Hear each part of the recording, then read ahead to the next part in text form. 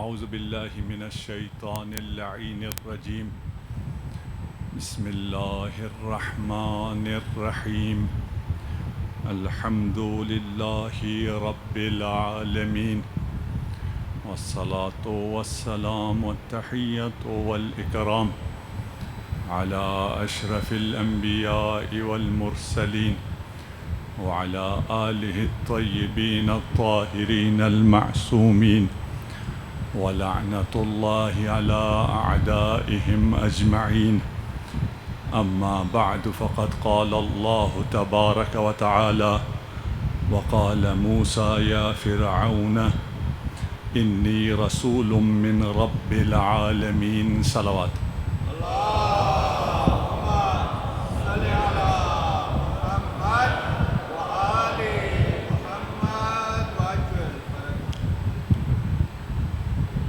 پنکھے کی آواز شاید مائک میں جا رہی ہے، اسی طرح شور زیادہ آ رہا ہے، اس کو ذرا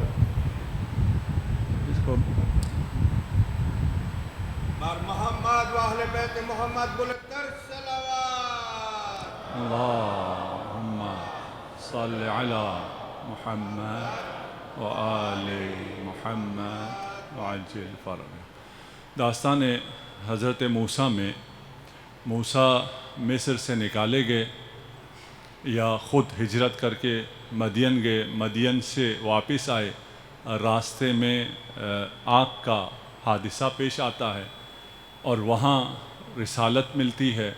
حضرت موسیٰ علیہ السلام کو معجزات ملتے ہیں اور وہاں سے پھر ایک ٹاسک بھی ملتا ہے کہ اذهب الی فرعون کے پاس جاؤ انہو طغی، اس میں طغیان آ گئی ہے، وہ سرکشی اختیار کر گیا ہے۔ اور پنکھا چاہیے بھی، البتہ یہ ہے کہ بغیر پنکھے کی بھی گزارا نہیں ہے۔ درود پڑھ دیجئے محمد و آل محمد پر۔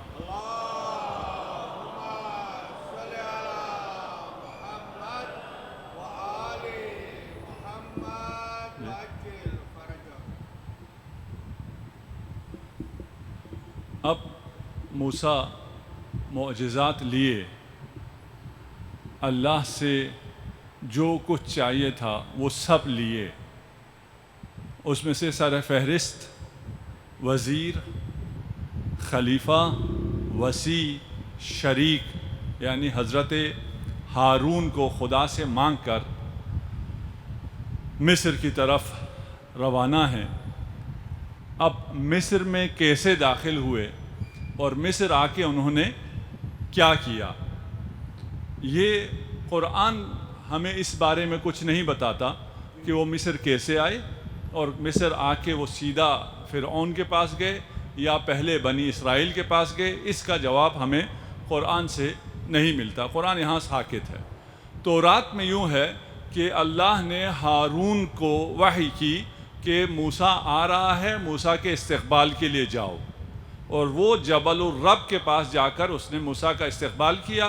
موسیٰ کو لے کر پہلے بنی اسرائیل کے پاس آئے، بنی اسرائیل میں تبلیغ کی، بنی اسرائیل ایمان لے کے آئی، اور وہاں سے پھر موسیٰ اور ہارون گئے فرعون کے قصر میں۔ یہ جو تورات میں ملتا ہے۔ بہرحال فرعون کے قصر میں پہنچ گئے۔ فرعون کے قصر میں پہنچ کر موسیٰ کو کیا کہنے کا حکم تھا؟ فَقُولَا لَهُ قَوْلًا لَيِّنًا، کہ نرم آواز میں، ہلکا، آرام سے، پیار سے کس سے بات کرنی ہے؟ فرعون طاغی سے۔ وہ فرعون جو معصیتگر ہے، جو انا ربکم الاعلیٰ کہتا ہے، اس سے بات پیار سے کرنی ہے۔ بس ہم میں سے بھی جو بھی تربیت کرنا چاہتے ہیں، جو بھی کسی کو دعوت حق کی طرف بلانا چاہتے ہیں، ان کے لیے پہلا میسج کیا ہوا؟ پیار سے، پیار سے، محبت سے۔ بزرگوں کے لیے، بچوں کو، یہ تو وہ فرعون کے زمانے کے لوگ تھے۔ آج کا انسان بہت تبدیل ہو گیا ہے۔ آپ کی جو نسل ہے، جو بڑے ہم جیسے لوگ ہیں، ہماری نسل پھر بھی ڈنڈے کی بات مان لیتی تھی، سختی مان لیتی تھی۔ آج کل کی نسل سختی ماننے والی نہیں ہے۔ جانتے کیوں؟ اس لیے کہ انہیں بہت زیادہ پیار ملتا ہے۔ کاذب پیار ہے، جھوٹا پیار ہے، حقیقی پیار نہیں ملتا انہیں دشمنوں کی طرف سے بہت کاذب پیار مل رہا ہوتا ہے۔ ہم سختی کرتے ہیں تو یہ فوراً ہم سے ہٹ کر دشمنوں کی طرف چلے جاتے ہیں. ہمیں اپنی آنے والی نسلوں کو اگر سنبھالنا ہے تو قرآنی روش تبلیغ کو اپنانا ہے. ہم نے پیار سے اپنے بچوں کو سمجھانا ہے. وہ جتنا بھی کیوں نہ بگڑ گیا ہو فرعون سے زیادہ بگڑا ہوا نہیں ہے. پیار سے بات کرو. آئیں جی سورہ دخان میں آتا ہے وَجَاءَهُمْ رَسُولٌ كَرِيمٌ أَنْ أَدُّوا إِلَيَّ عِبَادَ اللَّهِ إِنِّي لَكُمْ رَسُولٌ أَمِينٌ أَنْ لَا تَعْلَوْا عَلَى اللَّهِ إِنِّي آتِيكُمْ بِسُلْطَانٍ مُبِينٍ. میں آیا ہوں، اللہ کا رسول آیا ہوں، اور آ کر میں یہ کہہ رہا ہوں کہ یہ عباد اللہ بنی اسرائیل ان کو میرے حوالے کر دو. میں رسول امین ہوں. اللہ کے سامنے گستاخی نہ کرو، سرپیچی نہ کرو، توحید کو مان لو. اگر مان لو گے تو میں تمہیں یہ سلطنت دوں گا. یہ سلطان مبین تمہارے ہی پاس رہے گی. تم سے تمہاری سلطنت چھیننے کے لیے نہیں آیا. سلطنت تمہارے پاس رہے گی. سلطنت کرو، بادشاہت کرو، سب کچھ کرو، لیکن عدل و انصاف کے ساتھ، عبودیت خدا میں. سورہ اعراف وقال موسیٰ یا فرعون انی رسول من رب العالمین. اپنا بھی تعارف کرا رہے ہیں اور رب کا بھی تعارف کرا رہے ہیں. میں رسول رب عالمین ہوں. حقیق علی ان لا اقول علی اللہ الا الحق. اللہ کا جو نمائندہ ہوتا ہے وہ حق بات کرتا ہے، حق کے علاوہ کوئی گفتگو نہیں کرتا. قد جئتکم ببینۃ. میں نشانی لے کے آیا ہوں، آیات الہی لے کے آیا ہوں، معجزہ لے کے آیا ہوں. میں معجزہ دکھاؤں گا تاکہ تمہیں یقین آ جائے کہ میں اللہ کا رسول ہوں، رب العالمین نے مجھے بھیجا ہے. فَأَرْسِلْ مَعِيَ بنی اسرائیل کو میرے ساتھ بھیج دو، ان پر ظلم ختم کر دو. سورہ طٰہٰ فَأَتِيَاهُ فَقُولَا إِنَّا رَسُولَا رَبِّكَ. یہ دونوں آئے. کون دونوں آئے؟ موسیٰ اور ہارون. اور دونوں نے کہا ہم دونوں اللہ کے رسول ہیں. فَأَرْسِلْ مَعَنَا بنی اسرائیل کو ہمارے ساتھ بھیج دو. وَلَا تُعَذِّبْهُمْ. ان پر عذاب مت کرو. وَقَدْ جِئْنَاكَ بِآيَةٍ مِّن رَبِّكَ. تیرا رب بھی وہی ہے جو میرا رب ہے. اپنے رب کی طرف سے، تیرے رب کی طرف سے آیت، نشانی، معجزہ لے کر آیا ہوں. وَالسَّلَامُ عَلَى مَنِ اتَّبَعَ الْهُدَى. اور ہدایت کی اتباع کرنے والوں پر سلامتی ہو. اچھا یہ 3 آیتیں، ان 3 آیتوں میں جو تبلیغ کی روش ہے، پہلی روش یہ ہے کوئی منفی بات نہیں ہے، کوئی گلہ شکوہ نہیں ہے کہ تم نے یہ کیا، تم نے وہ کیا، تم نے اتنے بچوں کو مارا، تم نے اتنا ظلم کیا، تم بدبخت ہو، تم کیا ہو. کوئی پرانی باتوں کو سب کو چھوڑ دو. ابھی جس حالت میں ہے اس کو آگے ٹھیک کرنے کی فکر کرو. ہم اب دوبارہ میں پیرنٹ سے اور زیادہ اپنی ماؤں سے، ہماری مائیں ٹھیک کرنے کے لیے کیا کرتی ہیں؟ ہمیشہ پچھلی کوئی داستان لے کے آتی ہیں کہ تم تو یہ کرتے ہو، تم تو یہ کرتے ہو، میں نے اتنا تم سے کہا ہے، کتنا میں نے سمجھایا ہے، کتنا میں نے سکھایا ہے، وہاں بھی یہ کیا، یہاں بھی یہ کیا. یہ بچہ کبھی بھی ٹھیک نہیں ہوتا. وہ آپ کی باتیں سننا ہی نہیں چاہتا. جب آپ منفی شروع کرتے ہیں اور تم نے کیا کیا تھا اور کہاں کیا تھا اور کیسے کیا تھا، اگلے کا ذہن بالکل آف ہو جاتا ہے. وہ کہتا ہے یہ باتیں میں نے سننی ہی نہیں ہیں. جب وہ بات آپ کی سن ہی نہیں رہا تو آپ کی بات اثر کیسے کرے گی؟ تو تھوڑا سا حوصلہ رکھیں، پرانی باتوں کو بھول جائیں. پرانی باتوں کو بھول جائیں، تھوڑی دیر کے لیے بھول جائیں. اور اگر صحیح مومن بننا چاہتے ہیں تو اپنا دل بالکل صاف رکھیں. اپنی اولاد کی نسبت بھی، اپنے باقی مومنین کی نسبت بھی دل کا صفحہ بالکل صاف. معاف کر دو. معاف کرنے کے 2 طریقے ہیں، ایک صف ہے، ایک عفو ہے. صف کا مطلب یہ ہے کہ وہ صفحہ بالکل صاف ہو جائے. عفو کا مطلب یہ ہے آپ کو یاد تو ہے اس نے مجھ سے برا کیا لیکن میں نے معاف کر دیا. صف کا مطلب یہ ہے کہ جو برا کیا تھا وہ مجھے بالکل یاد ہی نہیں ہے، مجھے صرف اس کی اچھائیاں یاد ہیں. وہ اچھا ہوگا یا نہیں ہوگا وہ بات کا مرحلہ ہے. آپ بہت اچھے ہو جائیں گے. دوسرے کو اچھا کرنا بعد کا مرحلہ ہے. پہلا مرحلہ یہ ہے کہ میں خود اچھا ہو جاؤں. موسیٰ بھی ہمیں یہی درس دے رہا ہے. جب مجھے ٹاسک ملا حضرت موسیٰ کو تو فرعون کو ٹھیک کرنے سے پہلے اپنے اندر دیکھا سارا. مجھے کیا کیا چاہیے؟ میں اپنے لیے دعا کروں، اپنے لیے شرح سر کی دعا کروں، اپنے لیے آسانی کی دعا کروں، اپنے لیے وزیر کی دعا کروں، اور اپنی ہمت کو بڑھاؤں، اور پھر وہ کام کرنے کے لیے جاؤں۔ معاف کر دیں، کچھ بھی نہیں ہوتا۔ آپ معاف نہ کر کے اس کا کچھ نہیں بگاڑ سکتے، معاف کریں گے تو اپنا بہت کچھ سنوار لیں گے۔ برے خوشنودی امام زمان علیہ السلام بلندر صلوات۔ اللہم صلی علی محمد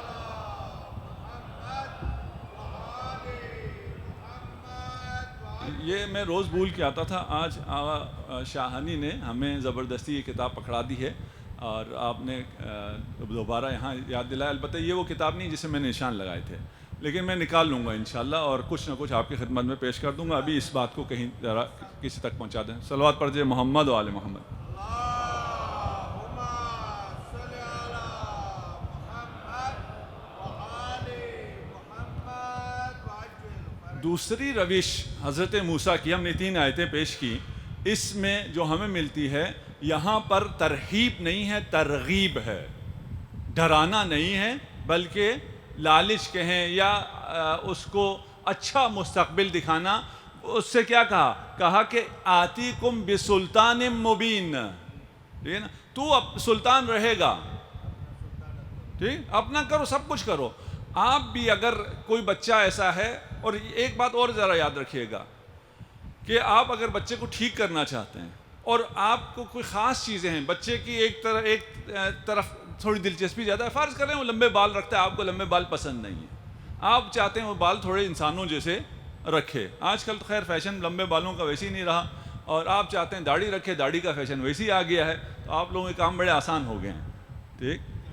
آپ اگر چاہتے ہیں، آپ سیدھا جا کے اس کو نہ کہ تم لمبے بال نہ رکھو، تم فلان پتہ نہیں کس کافر کی طرح لگتے ہو، کیا لگتے ہو، اس کو ذرا مومن ہونے کے اثرات بتائیں۔ اگر تم ایمان لاؤ گے، تمہارے دل میں محبت اہل بیت ہوگی، تم اگر سیرت علی اکبر پر چلو گے تو تمہاری زندگی میں کیا کیا تبدیلیاں آئیں گی، تمہیں جو مشکلات آئیں گی تم ذرا نہیں گھبراؤ گے، تم علی اکبر کی طرح ان تمام مشکلات کا مقابلہ کر پاؤ گے، تم کامیاب ہوگے۔ اگر یہ سمجھ گیا تو باقی خود بخود چھوڑ دے گا، باقی آپ کو محنت کرنے کی ضرورت ہی نہیں ہے۔ یہاں پر بھی حضرت موسیٰ نے یہ نہیں کہا تم غلط ہو، تم نے جو کیا اس کا کیا تمہیں انجام ہوگا، کہا نہیں، اگر تم ٹھیک ہو جاؤ تو تم اب اپنی سلطنت کو جاری و ساری رکھ سکو گے۔ اور تیسرا کیا ہے؟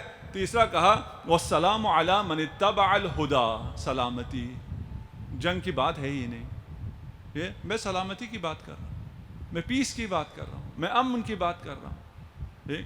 ہاں یہ شرط ہے کہ ہدایت کو ماننا پڑے گا، اگر ہدایت پر نہ ہوگے تو تم سے میری جنگ ہوگی، مطلب تو یہی ہے نا، ٹھیک ہے نا۔ لیکن اس کو یہ کہیں کہ میں تم سے لڑوں گا، اس سے بہتر یہ ہے کہ بھئی تم مومن ہو جاؤ، میں تم سے پیار کروں گا۔ اس کا مطلب یہی ہے نا، اگر مومن نہ ہوئے تو میں تم سے پیار نہیں کروں گا۔ صلوات پڑھ دیجئے محمد و آل محمد۔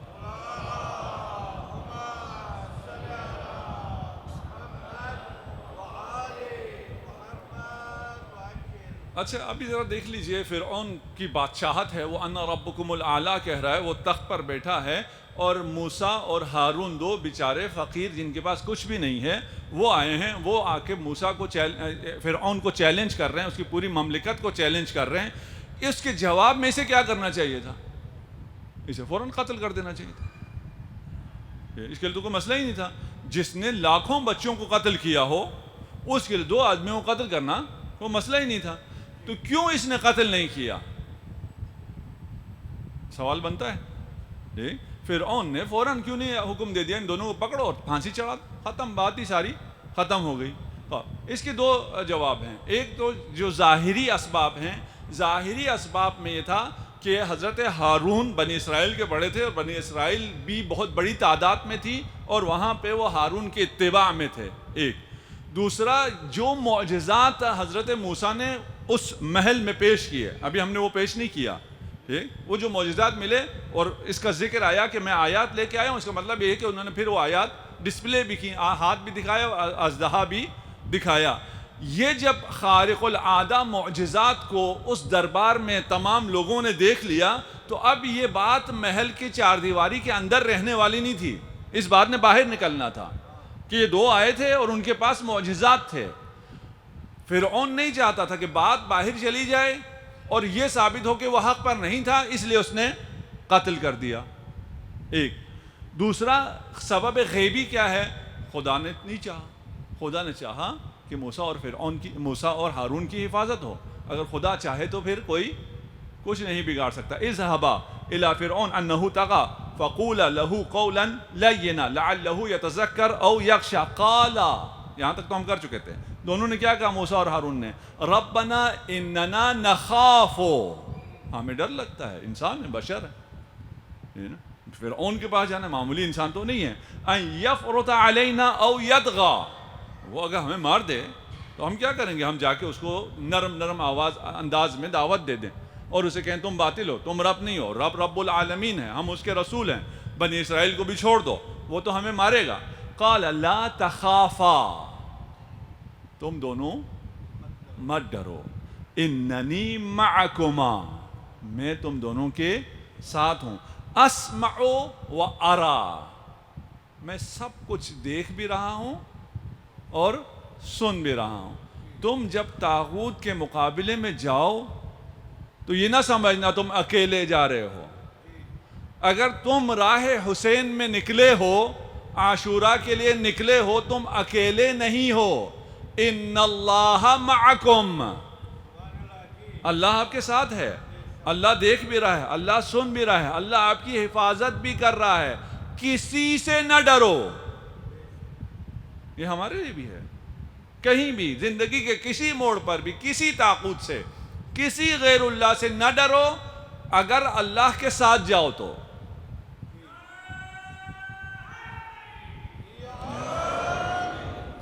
وَأَلْقَيْتُ عَلَيْكَ مَحَبَّةً مِّنِّي.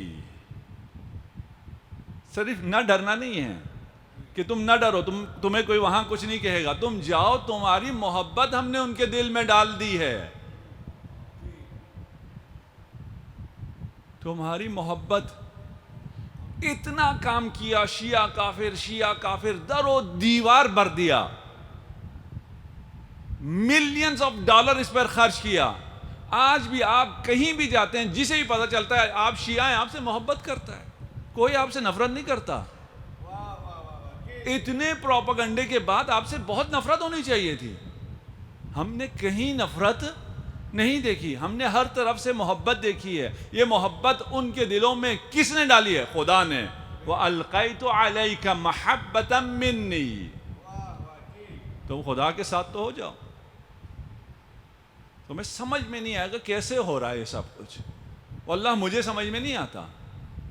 جو نئی نسل ہے ان کو پتہ نہ ہو کتنا خرچ ہوا، کتنا پروپیگنڈا ہوا، کتنا کہا گیا یہ کافر ہیں، کتنا ہمارے خلاف کیا کیا نہیں کہا گیا، لیکن کوئی نفرت نہیں پھیلی. کیوں؟ ایک تو جھوٹ تھا، دوسرا یہ کہ خدا آپ کے ساتھ تھا.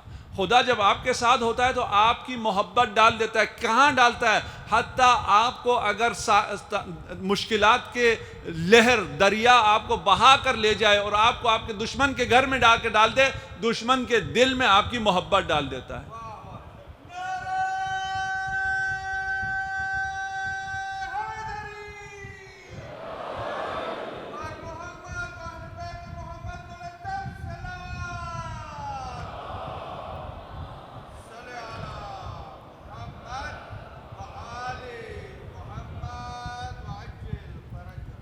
اچھا، اس کے بعد کیا ہوا؟ اب فرعون کے محل میں گئے، دعوت دی، یقیناً فرعون نے قبول نہیں کیا، فرعون نے قتل بھی نہیں کیا. پھر کیا ہوا؟ اگلا سٹیپ کیا ہے؟ اگلا سٹیپ یہ ہے کہ پھر میدان سجے گا. یوم الزینہ، تم بھی آؤ ہم بھی آئیں گے، تم بھی اپنے جادوگروں کو لے کے آؤ ہم بھی آئیں گے. ہم تو دو ہی آئیں گے، تم جاؤ اپنے پورے مملکت مصر سے سارے جادوگروں کو جمع کر کے لے آؤ، وہاں مقابلہ ہوگا. اگر یہ جادو ہے تو تمہارے جادوگر جیت جائیں گے، اگر ہم اللہ کے نمائندے ہیں تو ہماری حقانیت ثابت ہو جائے گی. اب یہ کیوں مانے فرعون اس بات کو کیوں مانے کہ اب میدان میں جا کے، ابھی تک تو محل میں بات ہوئی تھی، محل میں موسیٰ جیت گیا، اب میدان میں جا کر یہ مقابلہ ہو اور وہاں بھی موسیٰ جیت جائے، پھر کیا ہوگا؟ فرعون کیوں مانا؟ ایک تو وہی غیبی مدد ہے. غیبی مدد میں دشمن سے وہ فیصلے کرواتے ہیں جس سے آپ کی نصرت ہوتی ہے. دشمن ایسے فیصلہ کرتا ہے کہ آپ جیتتے چلے جاتے ہیں. دوسرا، خود فرعون کے دربار میں مؤمن آل فرعون تھا، اس کا ذکر آئے گا ابھی. مؤمن آل فرعون تھا، فرعونی تھا، فرعون کا رشتہ دار تھا، اس کا وزیر تھا، لیکن مومن تھا اور حالت تقیہ میں تھا. اس مومن کے تقیے کو قرآن نے بڑا سراہا ہے اگر ہم وہاں پہنچیں تو. بس تقیہ کرنا کوئی غلط چیز نہیں ہے. غلط کون ہے؟ جن کی وجہ سے تقیہ کیا جائے وہ غلط ہیں. فرعون کی وجہ سے مومن آل فرعون نے تقیہ کیا. غلطی پہ کون ہے؟ تقیہ کرنے والے یا وہ ظالم جن کی وجہ سے مومن کو تقیہ کرنا پڑتا ہے. آج کل کے ظالم ہمیں یہ کہتے ہیں یہ لوگ تقیہ کرتے ہیں، کتنے برے ہیں. در حقیقت وہ اپنے اوپر لعنت بھیج رہے ہوتے ہیں. بھئی تمہاری وجہ سے تو یہ تقیہ کرتے ہیں. یہ حرف حق نہیں کہہ سکتے، حرف حق جو نہیں کہہ سکتے، اپنے ایمان کا اظہار نہیں کر سکتے، تمہارے خوف کی وجہ سے، تمہارے جبر کی وجہ سے، تمہارے استبداد کی وجہ سے. یہاں پر بھی مومن آل فرعون تھا، حالت تقیہ میں تھا. وہاں قرآن نے نام نہیں لیا. قرآن نے کہا قال الملأ من قوم فرعون ان هذا لساحر علیم، کہ یہ بہت بڑا جادوگر ہے. تو اس نے پوچھا اپنے مستشارین سے، اپنے جو اس کے کیا کہتے ہیں آپ، مشاورین سے. ایک کہا قالوا ارجه واخاه وارسل في المدائن حاشرین یاتوک بكل ساحر علیم. ان کو چھوڑ دو اور جادوگروں کو جمع کرو، مقابلہ کریں گے، ان کو ہم شکست دے دیں گے. ٹھیک ہو سکتا ہے یہ پہلے مشورہ ہوا ہو مومن آل فرعون اور موسیٰ میں. انہوں نے کہا بھائی اس کو ذرا اس لائن پہ لگانا، دربار سے نکال کے میدان میں لے کے آنا، وہاں اسے رسوا کریں گے. صلوات پڑھ دیجیے محمد و آل محمد پر.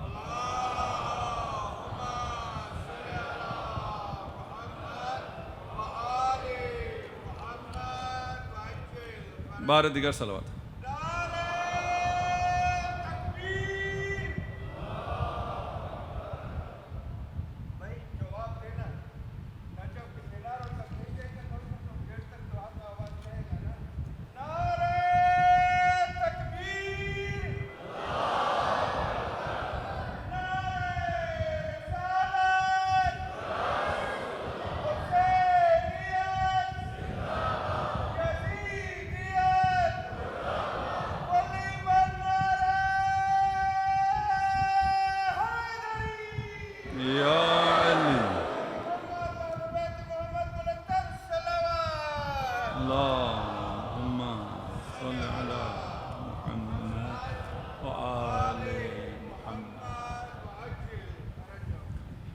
میدان سج گیا اور میدان کا زمان اور مکان طے ہو گیا کہ اس دن کون سا ہے؟ یوم الزینہ، وہ عید کا دن تھا، جو بھی ہے وہ بھی ہے.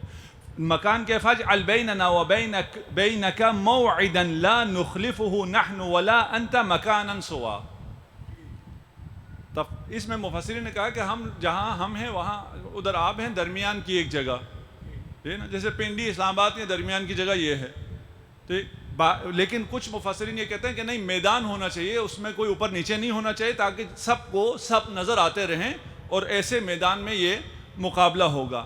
مقابلہ کس کس میں ہو رہا ہے؟ موسیٰ اور ہارون اور سارے مملکت کے جادوگر، یہ سارے آگے. یہ سب آگے کر کیا رہے ہیں؟ اب ان میں گفتگو ہے. پہلی گفتگو ہے فرعون اور جادوگروں میں.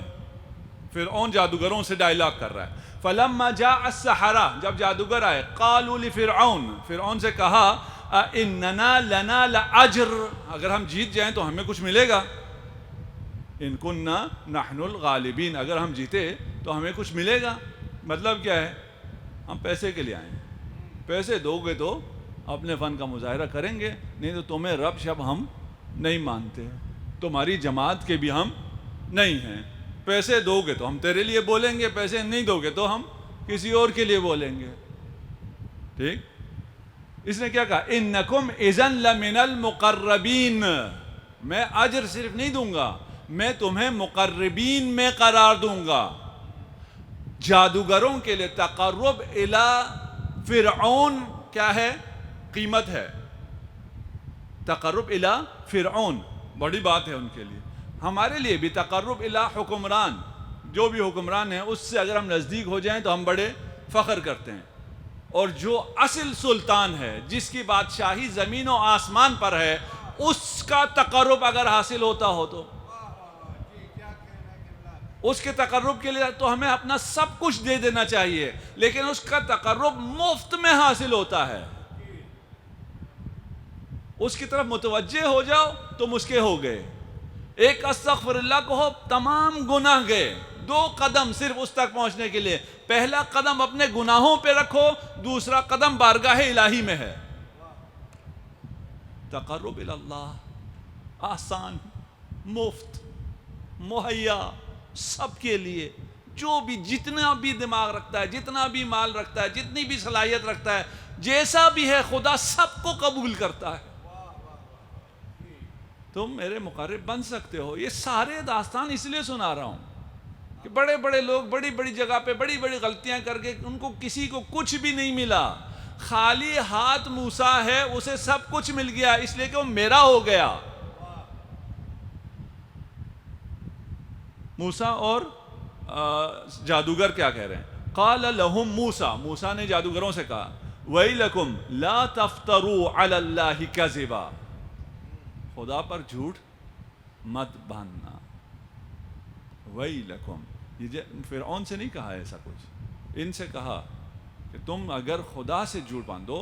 ایک دفعہ یہ کہ وہ آگے کہیں ہم یہ کوئی ٹرک دکھا رہے ہیں، ٹرک ہے ہمارا. جیسے آج کل جتنے میجیشنس ہیں سب کو پتہ ہے یہ ٹرکس ہیں، ان میں کوئی جادو نہیں ہے، یہ کوئی خدائی طاقت نہیں ہے. اگر تم اپنے جادو کا مظاہرہ کر کے اس کو رب کی طرف منتسب کرو اور کہو یہ رب کی طرف سے ہے تو یہ کیا ہے؟ افتراء ہے. وَقَدْ خَابَ مَنِ افْتَرَى، وہ پھر بہت خسارے میں، بہت خسران میں. یہ وارننگ دے دی حضرت موسیٰ نے جادوگروں کو. اب جادوگر آپس میں کیا کہہ رہے ہیں؟ فَتَنَازَعُوا أَمْرَهُمْ بَيْنَهُمْ، جادوگر آپس میں لڑ پڑے، ان میں اختلاف ہو گیا. کچھ کہیں موسیٰ ساحر ہے، جادوگر ہے، اس کو ہراؤ اور مقرب فرعون بن جاؤ. کچھ کہیں نہیں یہ اللہ کا رسول لگتا ہے، اس کی بات پر ایمان لانا چاہیے. وَأَسِرُّ النَّجْوَى، لیکن انہوں نے وہ باتیں سرگوشی میں کی، نہیں چاہتے تھے فرعون اور فرعونیوں کو پتہ چلے. ٹھیک، ان میں یہ باتیں ہو گئیں. ہاں، اس کے بعد کیا ہوا؟ اس کے بعد میدان سجا. میدان سجنے کے بعد انہوں نے رسیاں پھینکی. رسیاں پھینکنے کے بعد وہ رسیاں سانپ ہو گئی. کیسے ہوئی؟ جادو تھا. جادو کی تو کوئی حقیقت نہیں ہے، وہ جادو نہیں تھا. تو وہ کیا تھا؟ قرآن کہتا کہ ان کی آنکھوں پر جادو ہو گیا تھا، انہیں ایسا لگا. ابھی آپ یوٹیوب میں ڈالیں اگر کہ فرعون کا میجک کیا تھا، فرعونیوں کا، تو وہ آ جائے گا آپ کو بھی. وہ کیمیکل ریئیکشن ہے، وہ بتا دیں گے فلان چیز کو اگر تھوڑی سی ہیٹ دے دیں تو وہ سانپ نما بن جاتا ہے، سانپ بنتا ہے اور لگتا ہے کہ یہ سارے سانپ بن گئے اور چل رہے ہیں. ٹھیک، ہمارا ایمان یہ ہے کہ جادو، یہ جیسے قرآن بھی کہہ رہا ہے جادو کوئی حقیقت نہیں ہے، ٹرک ہے. ٹھیک ہے نا، آنکھوں کا دھوکا ہے. اور آج تو یہ بالکل سائنس بن کے سب کو معلوم ہے یہ سب آنکھوں کا دھوکا ہے. ٹھیک، لیکن اگر آپ صحیح بخاری اور صحیح مسلم پڑھیں، وہاں ام المؤمنین سے روایت ہے کہ رسول خدا پر جادو ہو گیا تھا. موسیٰ پہ جادو نہیں ہو سکتا، داغے پر جادو نہیں ہو سکتا. یعنی ان سحرہ نے، جو کہ اس وقت جادو بہت عروج پر تھا، انہوں نے جو رسیوں پہ جادو کیا تھا وہ جادو نہیں تھا. قرآن یہ کہہ رہا ہے. ٹھیک ہے نا، یہ جادو نہیں تھا. اور ہمارے لوگ کیا کہہ رہے ہیں؟ ہمارے لوگ یہ کہہ رہے ہیں کہ رسول خدا پر جادو ہو گیا تھا. انہیں جو چیزیں نظر آتی تھی وہ نہیں ہوتی تھی، جو وہ سوچتے تھے وہ نہیں ہوتا تھا. نعوذ باللہ. ہم اس کو مسترد کرتے، نہیں مانتے. اس قسم کی تمام روایت کو ہم نہیں مانتے. صلوات پڑھ دیجئے محمد و آل محمد.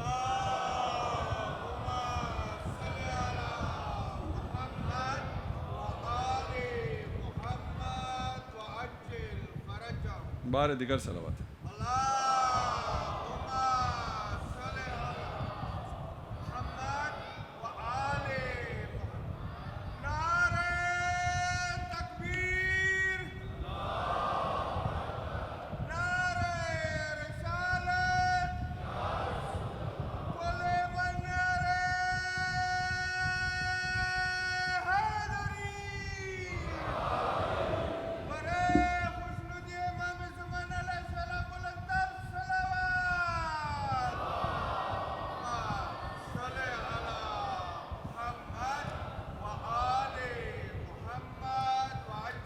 جو میرا وعدہ تھا آپ سے، علی امام بنص صفاتہ و خصائص ذاتہ، علی کی امامت اس کتاب میں ثابت ہوئی ہے، نہ حدیث منزلت ہم پڑھ کے آئے ہیں اس سے استدلال کیا ہے، نہ حدیث غدیر سے، نہ آئے مباہلہ سے، نہ آئے اکمال دین سے، اور باقی تمام احادیث سے، نہ حدیث ثقلین سے۔ ان تمام نصوص قرآنی و حدیثی کو چھوڑ کر ثابت کیا گیا ہے کہ علی امام۔ کتنا بڑا جگر چاہیے کسی شخص کو یہ ثابت کرنے کے لیے کہ میں اپنے تمام دلائل چھوڑ کر، پہاڑ جیسے دلائل چھوڑ کر، قرآن و سنت کے دلائل چھوڑ کر اپنے امام کو امام ثابت کر کے دکھاؤں گا۔ بسم اللہ، نعرہ حیدری۔ اس میں پھر احادیث لے کے چلتے ہیں، اور ان احادیث کے سارے حوالے موجود ہیں۔ یہ کتاب اگر میں اس کو جو میں نے خلاصہ کیا ہوا تھا وہ میرے پاس آتی تو میں آپ کو 5-10 منٹ میں پوری کتاب سنا دیتا، ابھی میں آدھی کتاب سناتا ہوں آپ کو۔ اس میں وہ چیزیں لی گئی ہیں کہ رسول کی نسبت علی کو، رسول خدا جو علی کو توجہ دیتے تھے، اگر صرف اس کو لے لیا جائے، جب پیدا ہوئے تو اپنی زبان چسائی، جب تھوڑے بڑے ہوئے تو لقمے چبا چبا کر کھلایا، اس کے بعد ہر روز علی کے لیے ایک علم اخلاق کا نصب کرتے تھے، یرفع لی کل یوم علما من اخلاقہ، اور پھر کہتے تھے اس کی تربیت کرو، اور ہر روز رات کو اور صبح، دن میں ایک دفعہ، رات میں ایک دفعہ علی کی تربیت کے لیے الگ سیشنز ہوتے تھے۔ اور الگ سیشن کیسے ہوتے تھے کہ یا آپ علی کے گھر تشریف لاتے تھے یا امیر المومنین رسول خدا کے گھر تشریف لے جاتے تھے۔ جب علی رسول خدا کے گھر آتے تھے تو امہات المؤمنین کو نکال دیا جاتا تھا کہ آپ یہاں نہیں رہ سکتے، محرم اسرار الہی نہیں ہیں، اور علی اور رسول کے درمیان وہ محفل ہوتی تھی، اور جب علی نبی علی کے گھر تشریف لاتے تو اس محفل اسرار الہی میں جناب سیدہ بھی ہوتی اور حسنین بھی ہوتے۔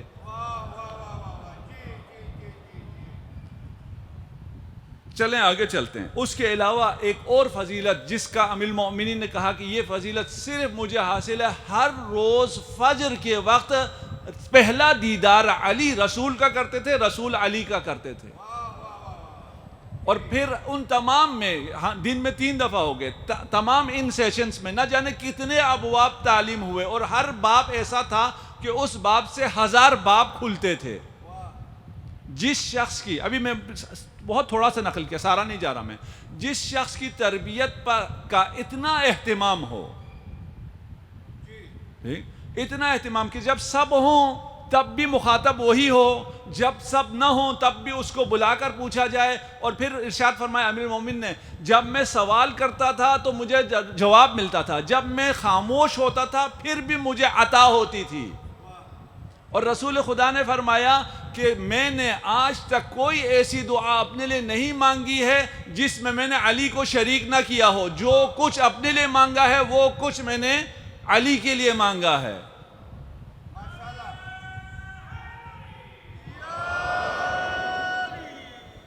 اس کے بعد پھر ایک طویل احادیث کی فہرست ہے، یہ جو آپ کو نظر آ رہی ہے سارے وہ احادیث ہیں جس میں سے کچھ عناوین میں نے نقل کر دی ہیں۔ یہ وہ نصوص نہیں ہیں جس میں امامت ثابت ہوتی ہے، یہ وہ نصوص ہیں جس سے پتہ چلتا ہے یہ وہ شخصیت ہے، اور رسول ایک ایسی شخصیت کو بنا رہے ہیں جس کی نظیر اس عالم کون و مکان میں نہیں ہے، اور وہ رسول جو پوری امت کے لیے آیا تھا اور امت کی تبلیغ کے لیے آیا تھا، وہ تبلیغ چھوڑ کر تعلیم دیتا ہوا نظر آ رہا ہے۔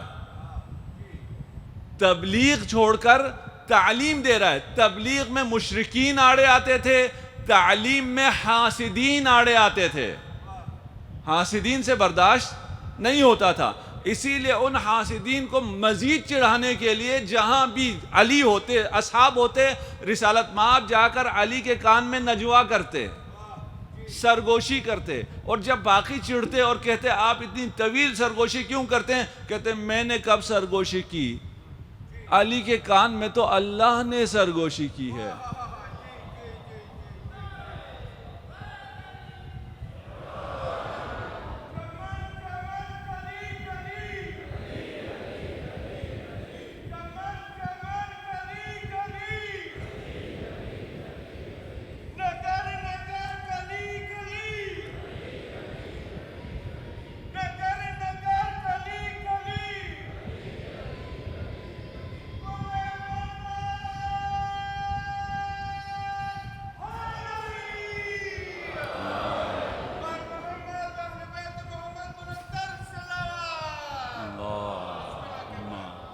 صلی علی محمد و آل محمد۔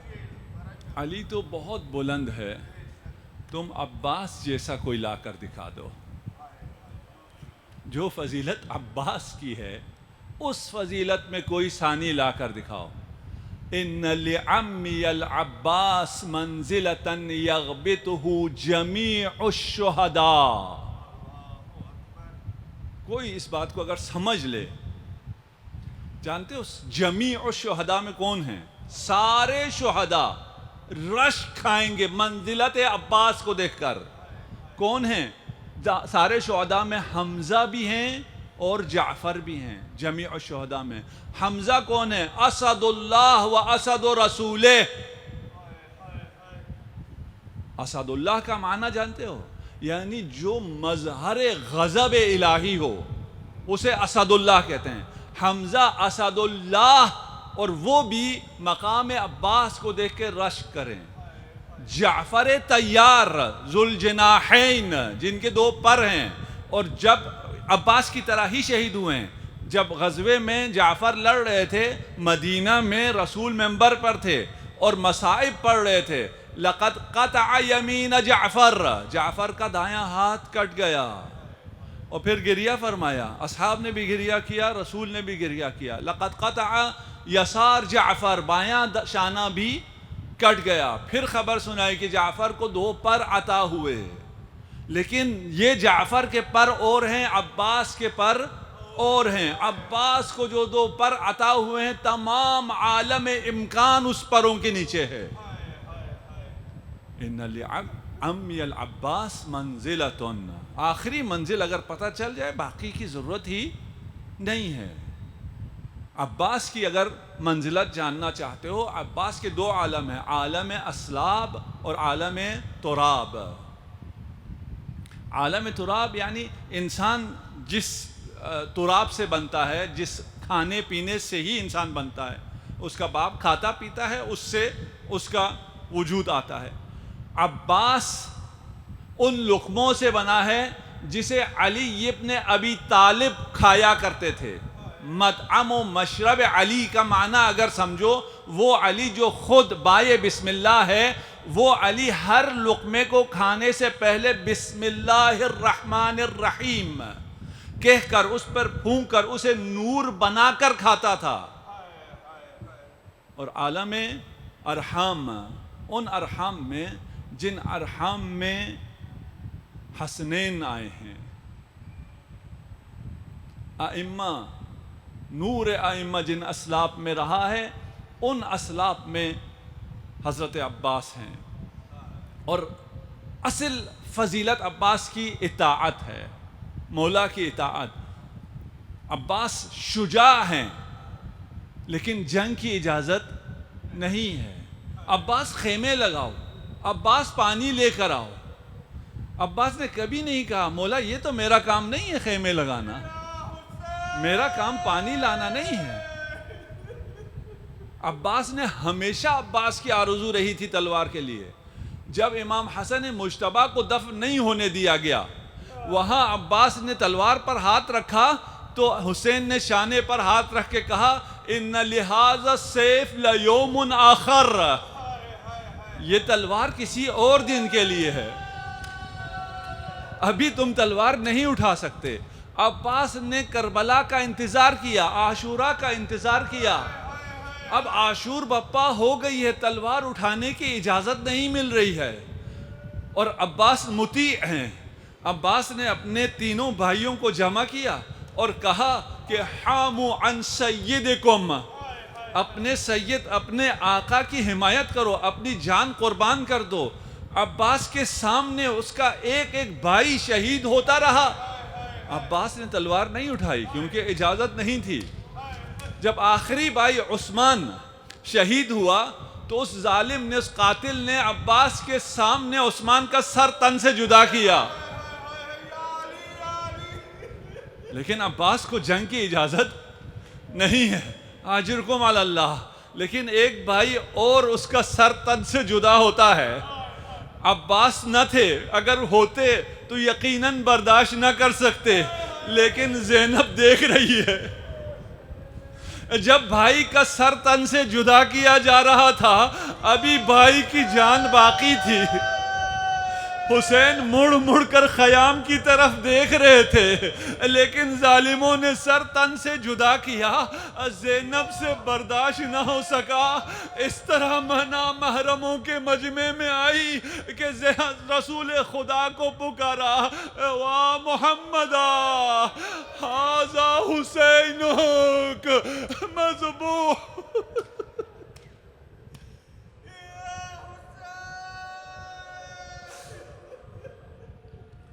اجرکم علی اللہ.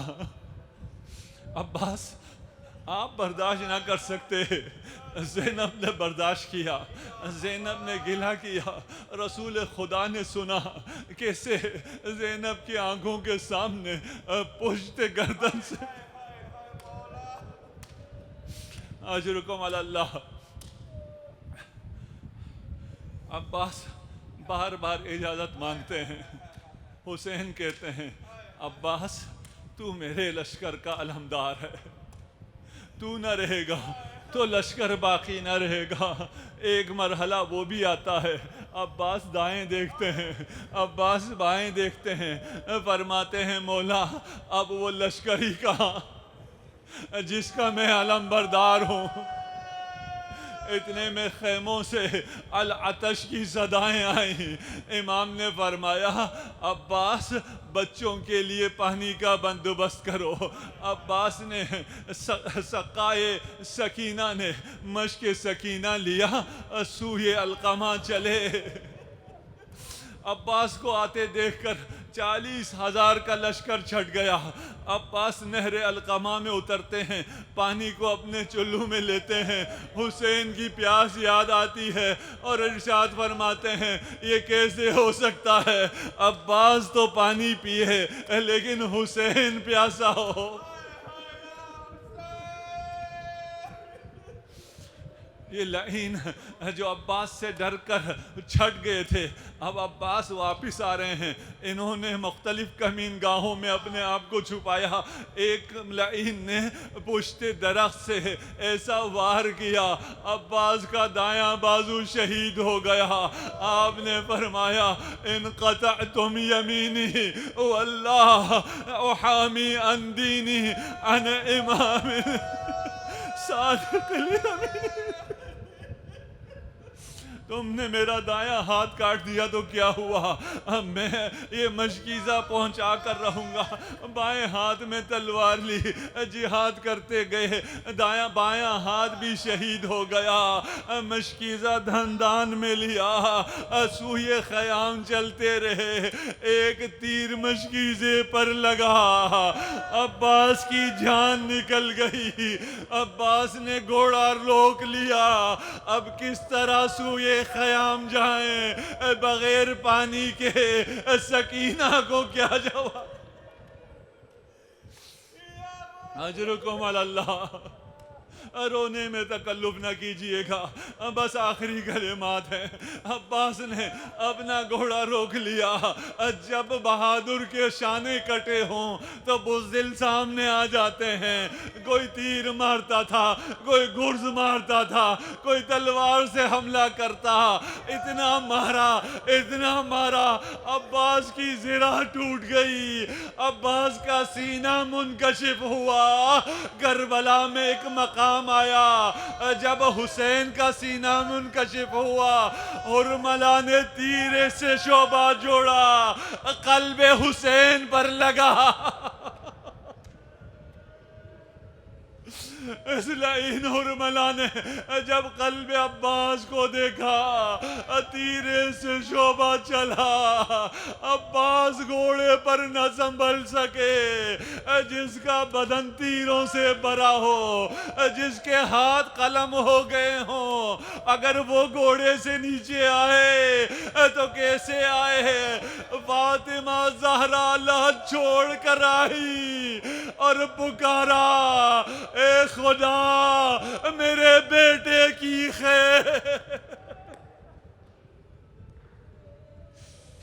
جب عباس نے ظاہر پکارا سے اپنے آپ کو بیٹا کہتے سنا. اپنی زندگی میں پہلی بار حسین کو بھائی کہہ کر پکارا. اخی ادرک اخاک، بھائیا بھائی کی مدد کو آئیے. خدا آپ کو کربلا کی زیارت نصیب کرے. جو کربلا گئے ہیں وہ جانتے ہیں مخیم کہاں ہے، عباس کی بارگاہ کہاں ہے. عباس نے پکارا، حسین کو آنے میں بڑی دیر لگ گئی. لعینوں کے سامنے علی کا شیر دل بیٹا جو علی سے کینہ تھا، سارا کینہ عباس پر اتارا. کسی نے لباس تاراج کیا، کسی نے انگوٹھی اتاری. کاش یہی ختم ہوا ہوتا، مقتل میں اگر نہ ہوتا میں نہ پڑھتا فقطعوا رجلے. دو ہاتھ تو پہلے ہی شہید تھے، آنکھ میں بھی تیر پیوست تھا، سینے میں بھی تیر پیوست تھا. ظالموں نے عباس کے دونوں پاؤں بھی کاٹ دیے.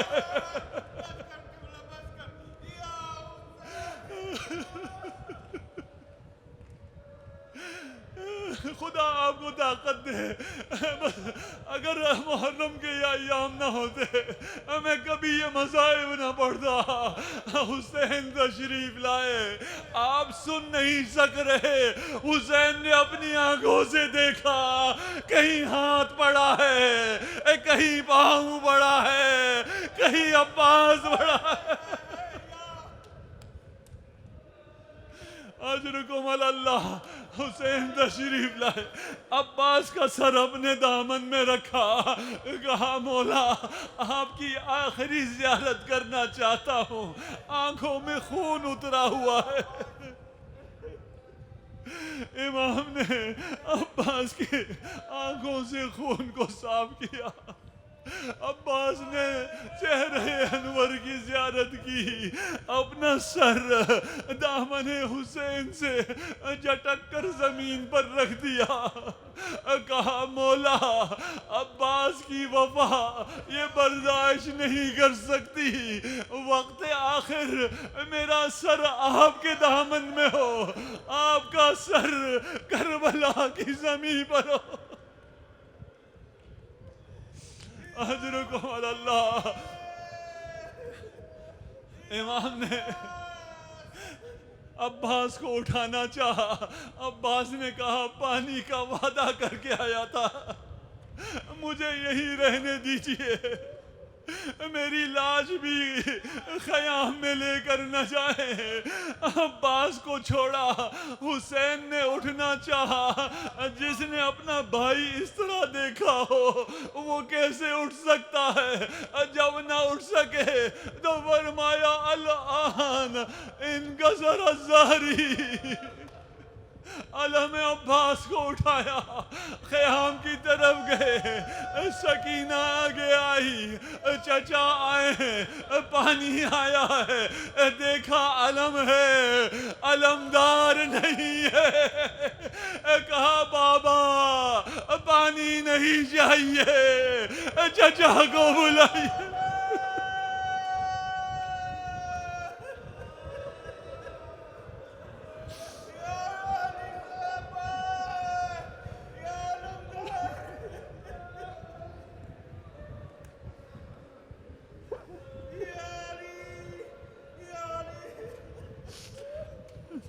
سيعلم الذين ظلموا أي منقلب ينقلبون انا للہ و انا الیہ راجعون. خدایا ہماری اس قلیل عبادت کو اپنی بارگاہ میں قبول و منظور فرما. تمام عزاداروں کی حفاظت فرما. تمام مریضوں کو شفاء عاجل عنایت فرما. بالاخص الحاج مصطفیٰ گوکل، شیخ ہادی، شیخ محمد شفا، شیخ محمد شفیع اور باقی تمام مریضوں کو صحت و سلامتی عنایت فرما. اس مجلس کے لیے المحسن الماجد الحاج سید محمد بہبہانی نے تعاون کیا. خدا ان کے والدین سید علی بہبہانی اور ان کی والدہ جوہر دشتی کی مغفرت فرما، تمام مؤمنین کو اپنے حفظ و امان میں قرار دے، ہم سب کو دنیا میں زیارت حسین و آخرت میں شفاعت حسین عنایت فرما، ہم سب کو امام زمانہ عجل اللہ فرجہ الشریف کے اعوان و انصار میں قرار دے، امام کے ظہور میں تعجیل فرما برحمتک یا ارحم الراحمین۔